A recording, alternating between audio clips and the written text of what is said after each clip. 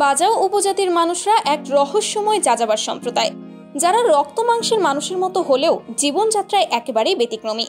Oxygen বা কোনো আধুনিক সরঞ্জাম ছাড়াই তারা অনায়াসে 10 থেকে 15 মিনিট পর্যন্ত সমুদ্রের তলদেশে ডুবে থাকতে পারেন।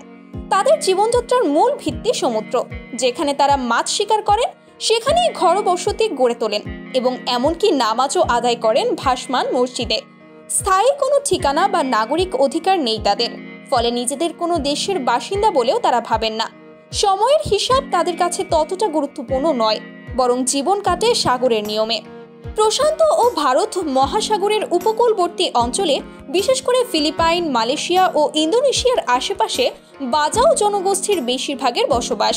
আনুমানিক 10 লাখেরও বেশি বাজাও উপজাতির মানুষ এই 3 দেশেই ছড়িয়ে আছে। সূর্য একটু উপরে উঠতেই কোমরে পাথর বা শক্ত কিছু বেঁধে সমুদ্রের গভীরে ঝাঁপিয়ে পড়েন বাজাও পুরুষরা। মাছ শিকারের জন্য তারা ব্যবহার করেন হাতে তৈরি কাঠের বন্দুক আর পানির নিচে ভালোভাবে দেখার জন্য ফেলে দেওয়া কাঁচ বা কাঠ দিয়ে তৈরি চশমা। অক্সিজেন ট্যাঙ্ক ছাড়াই তারা 200 ফুট গভীরে পর্যন্ত ডুব দিতে পারেন, যেখানে 10 থেকে 13 মিনিট পর্যন্ত টানা থাকতে পারেন। তাদের খাদ্য ও জীবিকার প্রধান উৎস হলো সামুদ্রিক মাছ, যেমন স্টিংরে, স্কুইড এবং অক্টোপাস। সমুদ্রের অগভীর এলাকায় বাঁশ গেঁথে তারা অস্থায়ী বসতি তৈরি করেন। আবার কেউ কেউ ভাসমান নৌকায় বসবাস করেন, আর এসব নৌকাই তাদের বাড়ি, যেখানে এক নৌকা থেকে আরেক নৌকায় যাতায়াত করেই চলে তাদের দৈনন্দিন জীবন। যদিও তাদের ঘরবসতি সমুদ্রে ভাসমান, তবুও তা বেশ মজবুতভাবে তৈরি করা হয়। 2004 সালের সুনামিতে ইন্দোনেশিয়ায় লক্ষাধিক মানুষের প্রাণহানি ঘটলেও বাজাও জনগোষ্ঠী এর কোনো ক্ষতি ভোগ করেনি। সময়, দিন, তারিখের ধারণা তাদের কাছে একেবারেই অস্পষ্ট, এমনকি অনেকেই নিজের প্রকৃত বয়স পর্যন্ত জানেন না। বিদ্যুৎ এবং ব্যয়বহুল জ্বালানি তাদের দরকার হয় না। বিভিন্ন সামুদ্রিক মাছ থেকে সংগৃহীত তেল দিয়ে তারা মশাল জ্বালিয়ে রাত কাটান।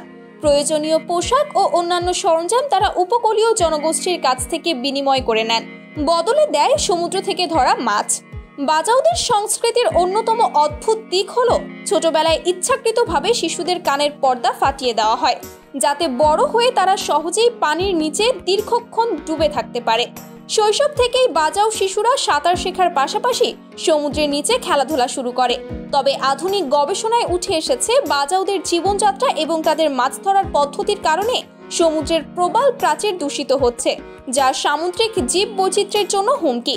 তাই জাতিসংঘ সহ বিভিন্ন আন্তর্জাতিক সংস্থা এবং এনজিও প্রতিষ্ঠান বাজাও জনগোষ্ঠীর ঐতিহ্য রক্ষা ও তাদের মৌলিক অধিকার নিশ্চিত করার উপায় খুঁজছে।